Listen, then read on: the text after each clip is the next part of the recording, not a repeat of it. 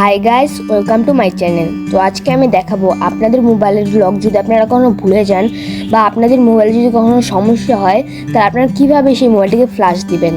তো গাইস, তার জন্য আজকে ভিডিওটি সম্পূর্ণ না টেনে দেখতে থাকুন। তো চলুন আজকে ভিডিওটি শুরু করা যাক।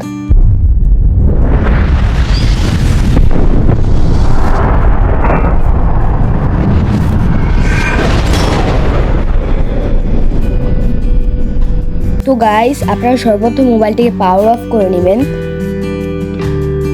তো গাইস, এরপর আপনারা আপনাদের মোবাইলের পাওয়ার আপ বাটনটি এবং পাওয়ার বাটনটি এবং হোম বাটনটি একসাথে চেপে ধরে রাখবেন। তো গাইস, কিছুক্ষণ চেপে ধরে রাখার পর আপনাদের সামনে এরকম একটি স্ক্রিন চলে আসবে। তো আপনারা simply wipe data factory reset এই অপশনটিতে ক্লিক করে দিবেন। কিন্তু এখানে আপনাদের মোবাইলের টাচ অপশনটি কাজ করবে না। আপনাদেরকে আপনাদের মোবাইলের পাওয়ার আপ বাটনটি দিয়ে অপশনগুলোকে আপ এবং ডাউন বাটনটি দিয়ে ডাউন করতে হবে এবং পাওয়ার বাটনটি দিয়ে ওকে করতে হবে। তো গাইস, এরপর আপনারা আপনাদের মোবাইলের ভলিউম ডাউন বাটনটিতে ক্লিক করে ওয়াইপ ডাটা ফ্যাক্টরি রিসেট অপশনটিতে নিয়ে আসবেন। তো গাইস, এরপর আপনারা পাওয়ার বাটনটি ব্যবহার করে ওকে করে দিবেন। এরপর আপনারা ভলিউম ডাউন বাটনটি ব্যবহার করে ফ্যাক্টরি ডাটা রিসেট অপশনটিতে নিয়ে আসবেন। এরপর আপনারা আবার পাওয়ার বাটনটি দিয়ে ওকে করে দিবেন।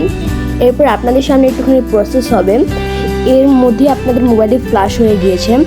তো গাইস, এরপর আপনারা রোবট সিস্টেম রিসেট অপশনটি পাওয়ার বাটনটি দিয়ে ওকে করে দিবেন। এরপর আপনাদের মোবাইলটি আস্তে আস্তে অন হবেন। এই প্রসেসটি হতে একটুখানি সময় লাগতে পারে, 5 থেকে 10 মিনিট সময় লাগবে। এরপর আপনাদের মোবাইলটি ওপেন হয়ে যাবে। তো গাইস, এখন আপনারা দেখতে পাচ্ছেন আমার মোবাইলটি ওপেন হয়ে গেছে। এবার আপনারা লেটস গো নিচে অপশনটিতে ক্লিক করে আপনাদের মোবাইলের ল্যাঙ্গুয়েজটি চুজ করে নেবেন। এরপর আপনারা যে নীল কালারের তীর চিহ্নটি আছে আপনারা সেটির উপর ক্লিক করে দিবেন। তো গাইস, এবার আপনারা সব পারমিশনগুলোকে অ্যালাউ করে দিয়ে নেক্সট অপশনটিতে ক্লিক করে দিবেন। তো গাইস, এরপর আপনারা একটুখানি অপেক্ষা করবেন। তো গাইস, এরপর আপনারা আপনাদের আশপাশে ওয়াইফাইগুলো দেখতে পাবেন। আপনাদের যদি কোনো ওয়াইফাই রাউটার থেকে থাকে তাহলে আপনারা সেটিকে কানেক্ট করে নিতে পারেন। আর যদি কোনো ওয়াইফাই রাউটার না থাকে তাহলে আপনারা সিম্পলি স্কিপ করে চলে যাবেন। তো গাইস, এরপর আপনারা একটুখানি অপেক্ষা করবেন। তো গাইস, এরপর আপনাদের আগের যে লকটি ছিল আপনারা সেই লকটিকে দিয়ে দিবেন। তো গাইস, এরপর আপনারা আপনাদের গুগল অ্যাকাউন্টের ইমেল অ্যাড্রেসটি দিয়ে দিবেন। আপনাদের কাছে যদি কোনো গুগল অ্যাকাউন্ট না থাকে তাহলে আপনারা সিম্পলি স্কিপ করে যাবেন। তো গাইস, এরপর আপনাদের কাছে আই এম নট এ রোবটের একটা ক্যাপচার আসবে, আপনারা সিম্পলি এটিকে পূরণ করে নেবেন। এরপর আপনাদের কাছে যে কোনো একটি জিনিস আছে এমন ছবিগুলো সিলেক্ট করতে বলবেন। তো এরপর আমার কাছে এসেছে ট্রাফিক লাইটস, তো আমি ট্রাফিক লাইটসগুলো সিলেক্ট করে নেক্সট করে দেব। তো গাইস, আপনারা দেখতে পাচ্ছেন আই এম নট এ রোবটের ক্যাপচারটি পূরণ হয়ে গেছে। এবার আপনারা সিম্পলি নেক্সট করে দিবেন। এরপর আপনারা আপনাদের গুগলের অ্যাকাউন্টের পাসওয়ার্ডটি দিয়ে দিবেন।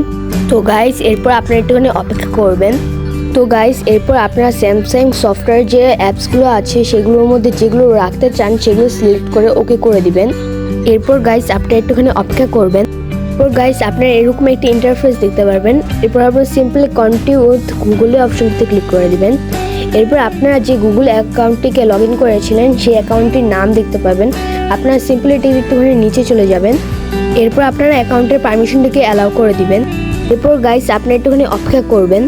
এরপর গাইস, আপনাদের ইমেল অ্যাকাউন্টটি যে মোবাইল নাম্বার দিয়ে লগ ইন সেই মোবাইল নাম্বারে একটি কোড যাবে, আপনারা সিম্পলি সেই কোডটিকে নিয়ে পেস্ট করে দিবেন। এরপর আপনারা অল ডান নামে একটি অপশন পাবেন, সেখানে আপনারা ডানে ক্লিক করে দিবেন এবং আপনারা একটুখানি অপেক্ষা করবেন।